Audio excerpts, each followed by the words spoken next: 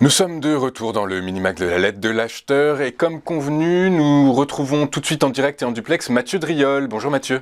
Bonjour Louis-Antoine. Bonjour Mathieu, je vous remercie beaucoup d'être avec nous ce matin. Je rappelle que vous êtes analyste senior chez Day by Day et que comme tous les vendredis 2 fois par mois, eh bien vous nous abordez deux matières premières agricoles.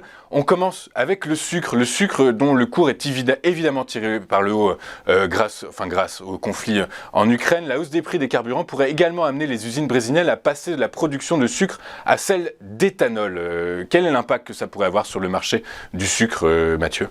Eh ben ça poursuit en fait un mouvement haussier entamé depuis le début d'année 2020. En fait, les cours du sucre avaient construit une base qu'on appelle une base de fondation pendant un peu plus de 2-3 ans entre, on va dire, juillet 2017 et puis juillet 2020.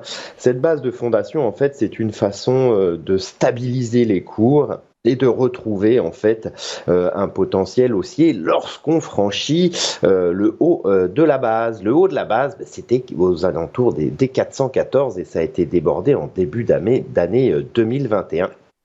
Déclenchant et validant en fait une longue phase de retournement à la hausse qui est plutôt bien construit puisque les cours enchaînent les figures de continuation de tendance. Ils ont commencé par construire un triangle dont on est sorti par le haut courant de l'été et puis plus récemment ils ont construit un biseau descendant, là aussi une figure de continuation de tendance, comme la tendance précédente, elle est haussière, les probabilités sont en faveur d'une poursuite de la hausse. On a eu d'ailleurs cette très nette accélération en sortie de la figure il y a quelques semaines de cela, déclenchant un mouvement haussier impulsif, toujours. Les creux et les sommets sont ascendants, s'enchaînent et les cours ont réagi très brièvement au contact de la résistance à 565. Alors ce mouvement de réaction baissière sur une résistance n'est pas anormal,